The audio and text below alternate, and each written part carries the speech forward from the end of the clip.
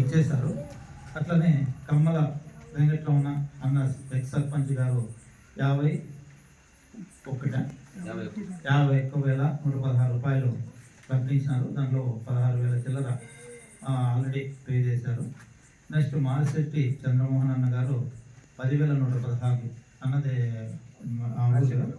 Marisetti. Next మారిశెట్టిపల్లి Adinarayana గారు కూడా 5,116 రూపాయలు ప్రకటించినారు. వీళ్ళందరికీ ఒకసారి తప్పట్లతో కృతజ్ఞత తెలియజేస్తున్నాం.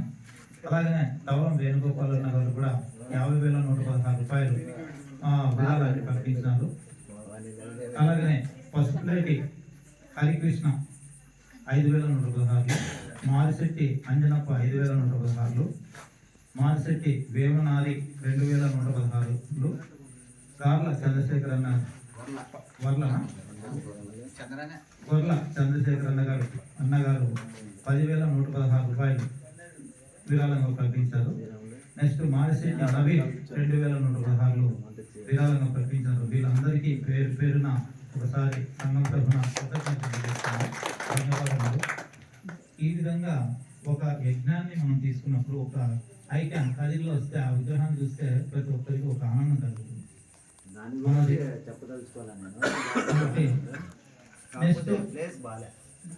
నెక్స్ట్ మనం చేపట్టబోయే ప్రాజెక్ట్ ఏంటంటే బీద బలిజ విద్యార్థులకు కదిలో వసతి గృహాన్ని ఏర్పడతారు. దానికోసం ప్రభుత్వ స్థలాన్ని కోసం పనిచేస్తున్నాం. 25 సెంట్ల స్థలం కోసం. అది దాదాపుగా ఎమ్మెల్యే గారు కూడా మాట ఇచ్చినారు చేస్తామని. సో ఈ బైపాస్ రోడ్డుకే ఒక 25 సెంట్ల స్థలాన్ని తీసుకుంటున్నాం, సంఘానికి రాపించుకుంటున్నాం. దాంట్లో మనలాంటి వాళ్ళే ఒక్కొక్కరు ఒక రూమ్ కట్టచ్చు, ఇంకోటి కట్టచ్చు. సంఘం మెయింటైన్ చేస్తుంది. పేద పిల్లలకు ఆడ భోజనము వసతి ఏర్పాటు చేస్తారు. అది కూడా వాళ్ళు ఇక్కడ ఉన్నటువంటి ఎట్లంటే మేము చేయం. ఈ ఊరు నుంచి వచ్చి నల్లజరు మండలం నుంచి వచ్చినంటే నల్లజరు మండల శాఖ మాకు లెటర్ ఇవ్వాలి. లెటర్ ఇస్తేనే వాళ్ళకి అక్కడ ప్రవేశాన్ని ఇస్తాం. అట్లా వీళ్ళు ఏం చేస్తారు, పంచాయతీ నుంచి వస్తుందో వాళ్ళు రికమెండ్ చేస్తారు. వాళ్ళకు మనం అక్కడ వసతి ఏర్పాటు చేస్తాం. ఇంకా నెక్స్ట్ దాని తర్వాత ఒక కళ్యాణ మండపం అనేటటువంటిది కూడా చేయాలనుకుంటున్నాం. ఈ మధ్యలో చాలామంది మన వాళ్ళు దాతలు ముందుకు వచ్చినారు. మేమైతే పొలం చేస్తామని అక్కడ కూడా ఎర్రదొడ్డి గంగమ్మ దగ్గర కూడా ఒక 25 సెంట్లు వాళ్ళని పర్మిషన్ అడిగినాం, ఇచ్చినారు. అది ఇచ్చేశారు. దానికి కూడా అక్కడ 10 లక్షలతో ఒక షెడ్ శ్రీకృష్ణదేవరాయ బలి సేవా సంఘం పేరు మీద ఒక షెడ్ కూడా వేయాలని నిర్ణయించుకున్నాం.